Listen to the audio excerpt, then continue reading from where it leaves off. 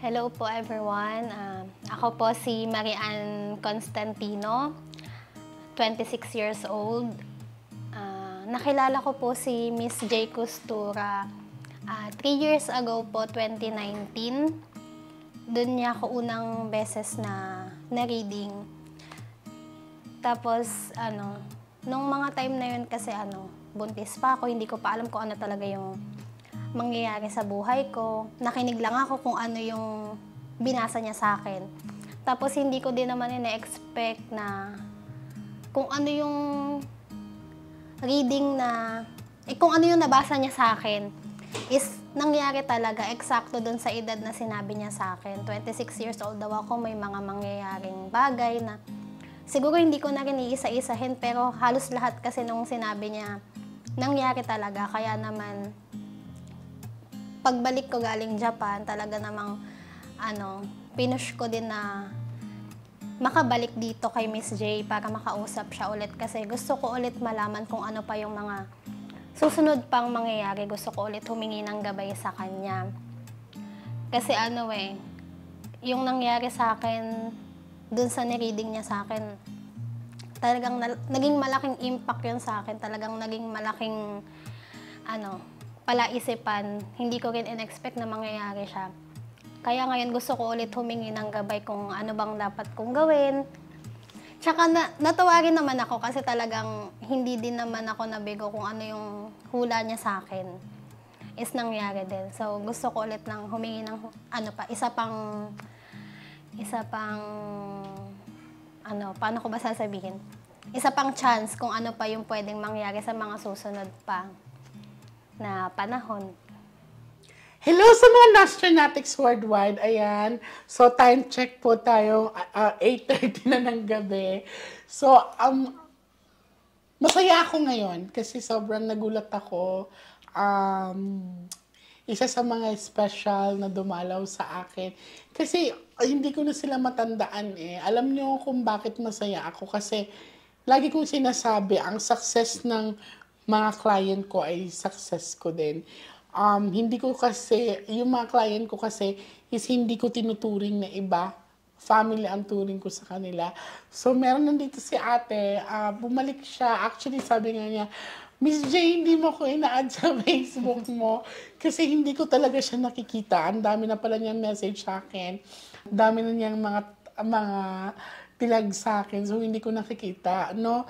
So, nakakatuwa, way back 2000, 2019, nabasahan ko siya, ilang taong ka nun, darling? 23. 23.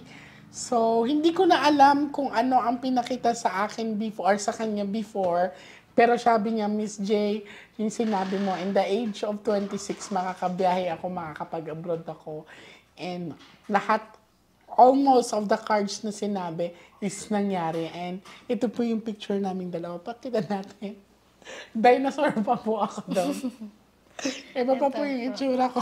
Yan. So, she posted this last 2019. Ayan.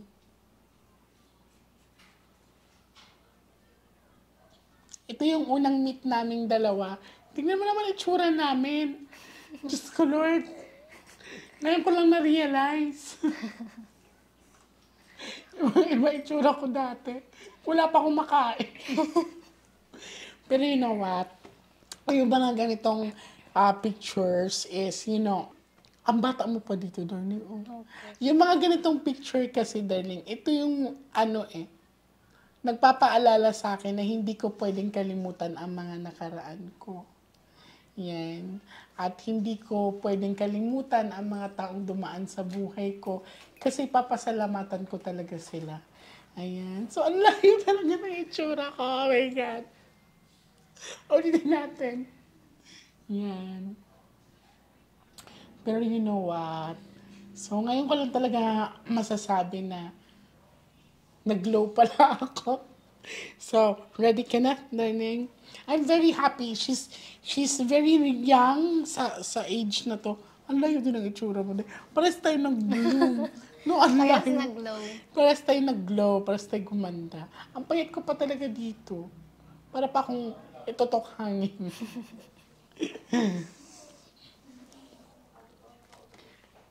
Kaya pala yung mga ex ko dati ay bumabalik ngayon. So, pasensya na kayo.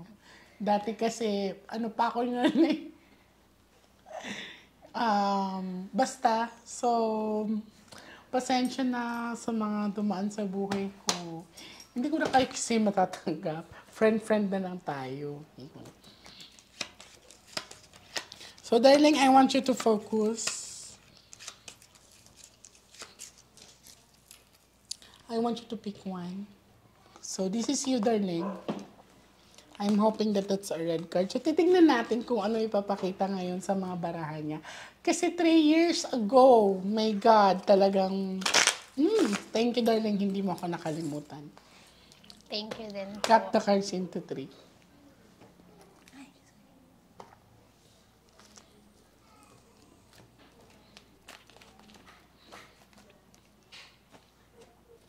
Kuha ka, darling, ng 7 cards of total. Lagay mo dito.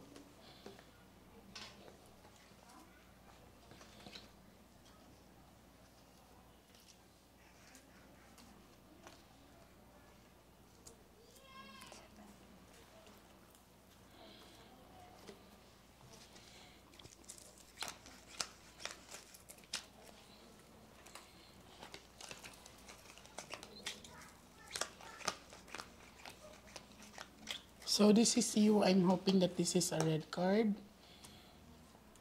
Pag-ask mo tayong guidance natin.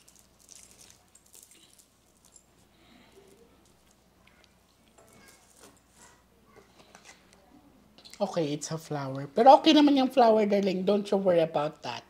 Ang flower kasi may pagka-sensitive lang yan. Pero maganda pa rin yung aura niya.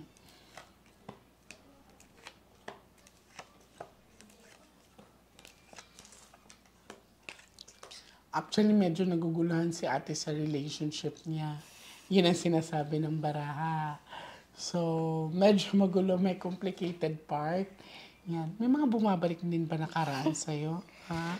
Kasi dito, darling, ang sinabi sa akin, hindi ka swerte sa Pilipino. Sorry, pero ang sabi sa akin, ang pinakita sa baraha, magkakaroon ka ng karelasyon, pero ibang lahi. So, titignan natin. Pero dito kasi pag sa Pinoy ka, medyo tagilid. Yan. So, may karelasyon kang Pinoy ngayon. Ano po? Komplikado. Hi. Opo. Ba't mo pa iniwan? Ba't mo pa iwan? Kasi ito, darling, makikita mo naman talaga na So, ang payo ko sa'yo, ha? Sa mga makakapanood nito, wala naman talaga ako sa posisyon na sasabing iwanan mo or ganito, ganyan. Dinadaan ko lang sa biro. Pero alam mo, hindi rin ako judgmental na tao. Sa mga makakapanood nito, we all deserve to be loved and to love. We all deserve to be happy. Yan. Kaya nga tayo nagmamahal para maging masaya. Hindi tayo nagmamahal para maging komplikado ang buhay natin. Okay? So, pwede tayo magmahal ng madami basta kaya natin. Yan. So, ang mapapayo ko, we can love. Kahit sabihin pa natin 2, 3 yan. Basta kaya mong dalhin. Well, sa akin kasi, sa situation ko, nakaka-excite lang na marunong ako magdala ng relasyon. So, I'm hoping na ganun ka din. Huwag mong komplikaduhin ang buhay mo. I mean, don't think too much, darling. Basta, kung hindi ka na masaya, bitawan mo na. Okay? Kasi kung laging ganito na hindi mo mabibitawan, may rason ka na. May anak kasi kami, or ganito, ganyan, ganito, ganire. Walang magbabago. Okay? At saka sa mga makakapanood nito, no? Minsan kasi sa mga client ko or sa mga dumadalaw sa akin dito, lagi nila sinasabi na, Miss J, mahirap kasi maghiwalay or hiwalayan kasi may anak kami. Hindi naman magiging rason ang may anak kayo eh. Huwag natin gawing rason na kaya tayo mananatili sa isang relasyon na hindi ka na masaya or komplikado dahil may anak kayo. No.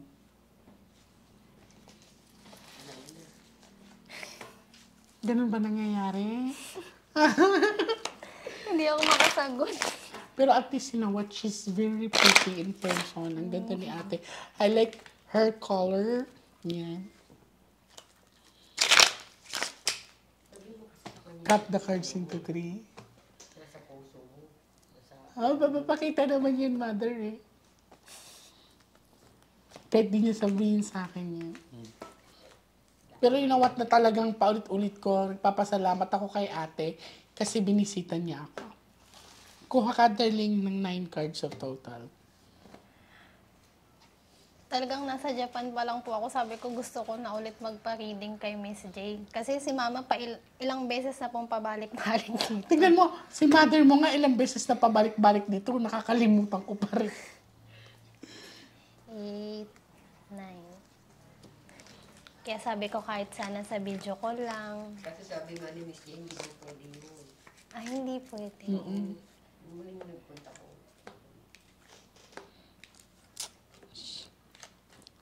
Pag ibang lahi ka, darling, huwag mo na pagsabay yung dalawa. Bitaw. Kung sino man ang... Ala, paano kung mapapanood to ng ano mo? Tapos isisina ko, Kuya, kiss tayo Yan. So, dito talaga kasi ang pinagitna is King and then Queen of Hearts. So, darling, ang taas ng chances kung meron ka mang karelasyon or kung meron mang nag-o-offer sa'yo ng ibang lahi ngayon is I'll go for it. Ang taas ng chances na siya na. 8 is a lucky number sa mga Chinese swerte yan. So may biyahe ka pa. Ang swerte mo wala pa dito. So may travel ka pa ulit. Yan. So last cards tayo. Natutuwa ako. Na bakit? Bakit may karelasyon ka ngayon ibang lahi? Kasi hindi naman po, pero marami talaga kasing nag-approach, pero hindi pa naman, Hindi ka pa sigurado. tsaka, wala rin siya sa focus ko nga.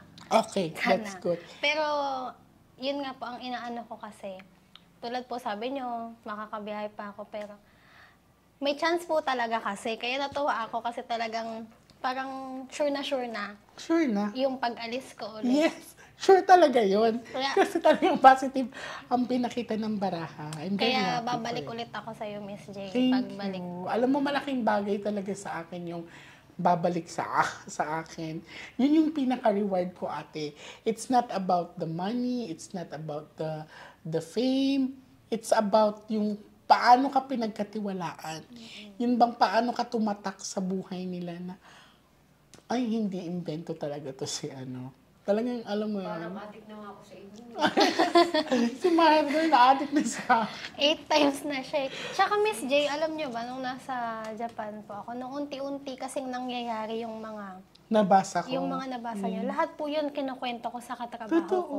Kasi sabi ko, hindi talaga ako makapaniwala. Sabi ko, sa mga katrabaho ko na, baby, alam mo, totoo to, lahat ng nagaganap ngayon, lahat talaga to, nasabi Nakita na sa ko akin. Pero hindi ko naman din talaga ina-expect na mangyayari talaga siya. Thank you. Kaya parang sobrang saya ko din kasi talagang umpisa pa lang, nakita na yung kung anong mangyayari, kung anong magaganap. Well, of course, because we are a guide, no? Yung mga taong kagaya ko, we are guide, yan. So, sa mga nanghuhusga sa akin dyan, i-push nyo pa, di ba? Kasi ako naniniwala ako na si Lord talaga is gagamit siya ng way kung paano tayo makatulong sa kapwa. Yan. Ulitin ko, I'm not against with any religion. Ayan, nirespeto ko po kayo.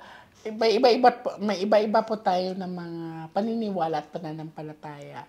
So, nirespeto ko po kayo. Sa mga tao naman na nag-challenge sa akin, go lang. Maraming salamat. Basta ako alam ko sa sarili ko na madami akong natulungan at madami akong napapasaya. Yan. Cut the cards into 3.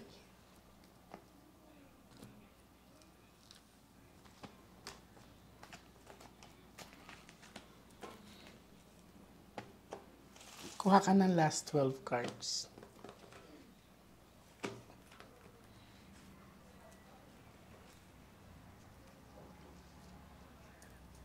Sobrang saya ko talaga. Iniisip ko. Dati, di ba, ang liit pa ng inuupahan ko, di ba, te? Oo, sa labas, at ang daanan ng liit-liit. Alam mo ba that, you know what, mga Nostranatics worldwide, dati kasi yung inuupahan ko kung saan kami nagsimula ng partner ko, we started with humble beginning talaga na wala kaming gamit. Wala talaga, ang Hindi na dala ako lang, magbilang. ang dala lang namin is mga damit namin. Tapos madami, doon ko na-realize na ang dami pala nagmamahal sa akin. No?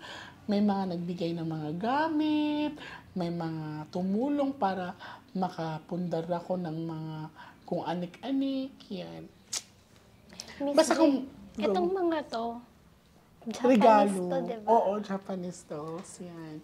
Yan din sila, mga regalo din yan sila, yung mga yan. Dati pinangarap ko lang. Oy, alam nyo ba, isi-share ko lang to ha. Dati kasi talagang pinangarap ko to, yung mga ganitong mga gamit. Kasi dati, nung bata ako, wala akong ganito. Wala akong toys. Kung meron man hiram sa kapitbahay. Tapos mahilig ako sa dolls. Yan, hanggang sa dumami sila ng dumami. At saka sa kwarto ko, kung makikita nyo, mahilig ako sa pabango. Sobrang hilig ko sa pabango. Alam niyo ba kung bakit? Kasi dati naranasan ko na yan. Kasi nga, di ba, saan-saan ako nakikitulog dati. Minsan nabibilad ako sa araw. Ayan. Baka kasi layas talaga kasi ako. Yun. Basta, it's a very, very long story. Naranasan ko kasi na tumatak talaga sa buhay ko noon na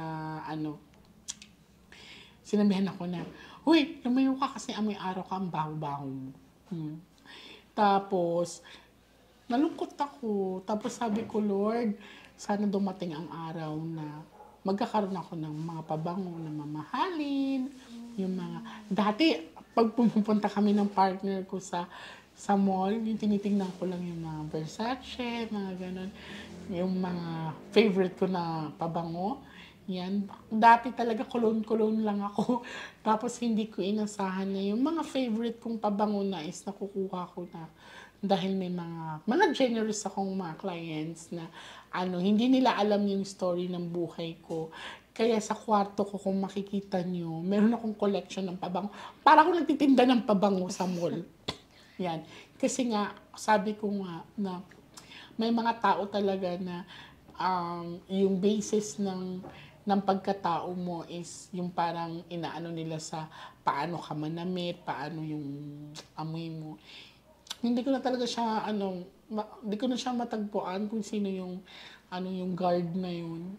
Alam ko yun sa guard yun sa Jollibee. Ay, basta sa guard yun. Sa guard yun sa Quiapo. Basta na lang sa kainan. Pero yun, nagtrabaho din ako sa Jollibee dati. Nag-crew din ako. Pero yun nga, tumatak sa akin na sinabihan ako na, uy, lumayo ka kasi ang baho-baho mo. Yun. Ngayon, ang dami nang gusto yumakap sa akin kasi ang bango-bango ko na. Chartan. Pero talaga hindi natin alam. Lesson of huwag ka lang sumuko. Patuloy kang mangarap. Naniniwala kasi talaga ako lahat ng prayers natin, lahat ng binubulong natin kay Lord, naririnig niya yan. Huwag lang kayong excited. Diba? Tumpak.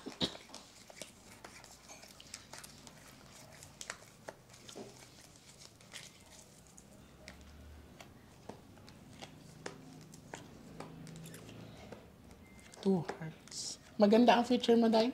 Wala lang akong masasabi. Pati may business line. Ay, wait lang. Wait lang. Ito may warning sign. May warning sign po si ate dito. So, wag ka daw mag-invest ng cold cash. Or wag ka mag-business na magpapaikot ka ng pera. It's not gonna work. So, wag ka mag-invest ng cold cash like mga pyramiding, mga ganyan. Kasi may magluloko sa'yo. Yan. Buti ka mo, ang bad luck niya is tumama dito sa diamond. Hindi tumama sa health niya, hindi tumama sa pamilya niya, hindi tumama sa relationship niya. Tumama ang bad luck card sa money. So, may manluloko sa kanya. Ingat ka lang, darling, ha? Kasi ikaw, hara-hara ka lang din kasi. Bigay ka kasi agad na kailangan ng ganito, kailangan ng ganyan. Ilang beses nang Na-scam naloko. ka na? Na-scam na. Naloko na. Ang dami nang hindi nagbayad na may utang. Diyos ko naman kasi, sa totoo talaga ito, culture kasi ito ng mga Pilipino. Ako naman din, meron din naman ako mga pinagkakautangan. Alam niyo yan kung sino-sino kayo, yan. So, pag sinabi kasi nating utang, obligasyon kasi yun na kailangan nating bayaran, kailangan nating ibalik. Na meron naman mga tao na maiintindihan nila kung kailan may ibabalik, no? Pero pag sinabi kasi talaga nating utang, kailangan siyang ibalik. Iba kasi yung utang sa hingi. Yan. Ako sa mga friends ko, sa mga close friends ko talaga kasi, yung mga best friends ko, sa mga kababata ko, minsan lumalapit sila sa akin. Hindi ko sinasabing utang. Kasi sabi ko sa kanila na kung mangungutang kayo sa akin, mag-i-expect ako na magbabayad kayo. At saka kung hindi kayo magbabayad, sasama lang yung loob ko. Parang binibigyan ko lang ng chance ng magkakaroon tayo ng alitan, away sa friendship. Kaya kung may maitutulong ako, kung may maibibigay ako sa nangangailangan talaga, is binibigay ko, hindi ko sinasabing utang. Diba? So yun, mag-ingat ka lang darling kasi mabilis ka maloko. Pero at least darling, I'm very happy kasi walang health problem and then, ang saya nila sa labas. Diba? Narinig niyo yun. So, I'm very happy kasi meron din namang talaga mga taong opportunistic, no? Bakit si Miss J hanggang ngayon? Madami nagtatanong sa akin bakit si Miss J walang sariling bahay, walang kotse? Kasi, yung mga tinutulong din sa akin, kasi tinutulong ko din. Yan, recycle lang. Cycle lang ang buhay kasi, paikot lang naman yan. Dati naranasan kong nasa baba ako. Yan. Ganyan. Basta lagi ka nang hindi ka makalimot sa mga pinagdadaanan mo, hindi ka ibababa talaga. Yan. Lalo ka pang itataas. Yun lang yung may papayo ko sa inyo. Kasi naranasan ko kaya maging katulong dati. Nangatulong ako, walang bayad. So, may matuluyan lang. So, naranasan ko yun. Ayan, sa mga tinuluyan ko dati, nahihiya na sila. Uy, huwag kayo mahiya sa akin. I'm still the same. Ako pa rin to si Jay na nagluluto sa inyo. Masarap kasi ako magluto. Yan, nagluluto ako. So, eto si ate kung bakit ko nakakwento yung a little side of my life. Kasi nakita ko sa kanya yung value na hindi siya nakalimot, lalo na sa akin. Basta, masaya ako pag may mga taong bumabalik dito na dala-dala yung success nila. And eto, buti ka mo kay ate, kayang iwasan to. So ate, hindi na ako tataka kung bigla ka magsasabi na, Miss J, prepare your passport, dadalhin kita sa Japan kasi kakasal ako. Hindi malabong mangyari. Oh yeah, i-claim na natin Pwedeng yan. maging nina. Yes! So basta ang sabi dito, darling, your true love is not in the Filipino side. Okay? Okay. So, ikaw na mismo ang naka-experience sa akin. So, let's pray to God na talagang tuloy-tuloy ang success mo. Ulitin ko, maraming salamat, darling, sa pag-alala mo sa akin. Ayan. Thank you din po, Miss J. So, sa makakapanood ng video na to, patuloy lang po tayong mangangarap. Mangarap na mangarap. Walang imposible. Sa naranasan ko sa buhay ko, ang dami ko din challenges, pero hindi ako sumuko. Ganun din si ate. So, mag-ingat po kayo palagi sa mga kapanood nito. Huwag tayo makalimot magdasal at humingi ng tulong sa taas. Maraming salamat.